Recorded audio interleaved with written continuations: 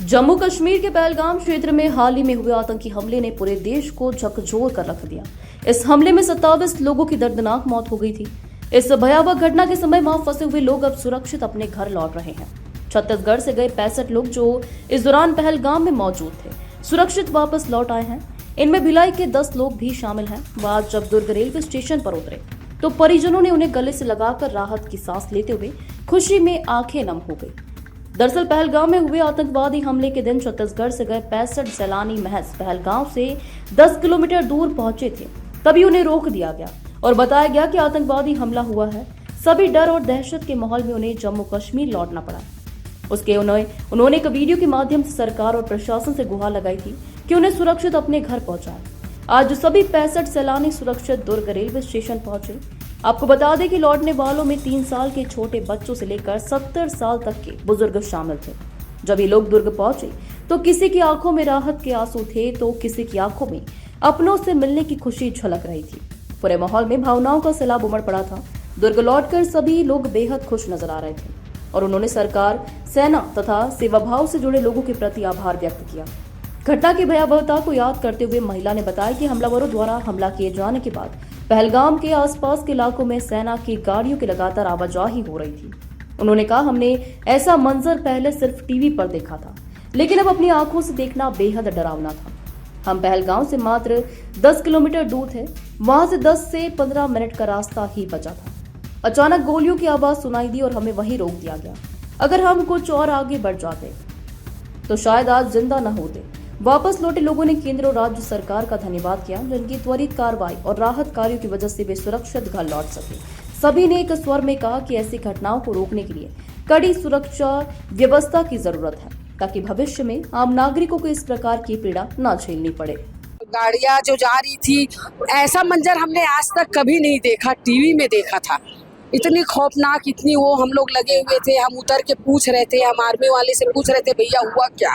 उन लोग कुछ जवाब नहीं दे रहे थे। फिर हम लोग वहाँ रुके और छोटी सी दुकान थी, वहाँ जाके पूछे तो वहाँ बताया गया कि टेररिस्ट अटैक हुआ है। तो आप लोग वहाँ हम लोग कम से कम 3 से 4 घंटे तक रुके थे।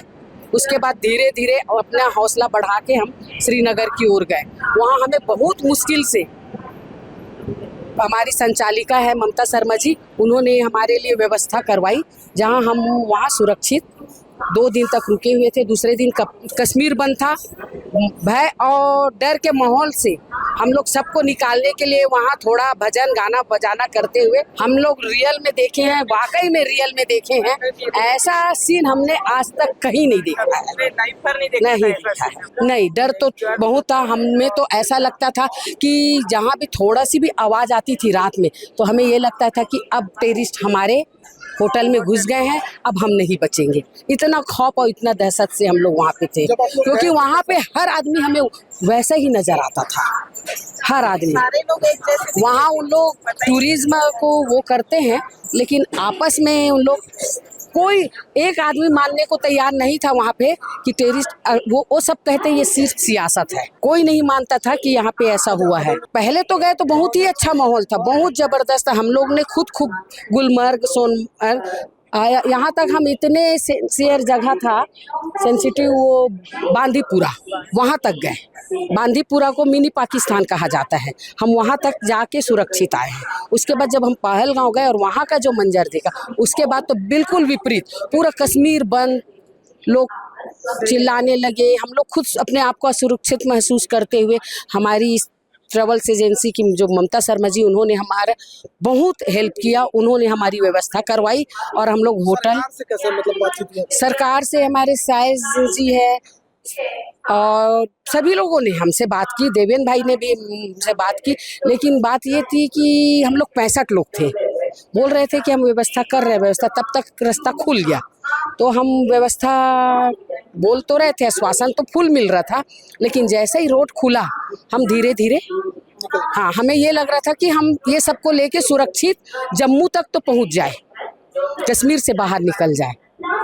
क्योंकि हमें अंदर से जो वो आर्मी वाले थे, उनसे भी हमें पता चल रहा था कि माहौल बहुत ही खराब है, आप लोग जितना जल्दी हो सके यहाँ से निकल जाइए।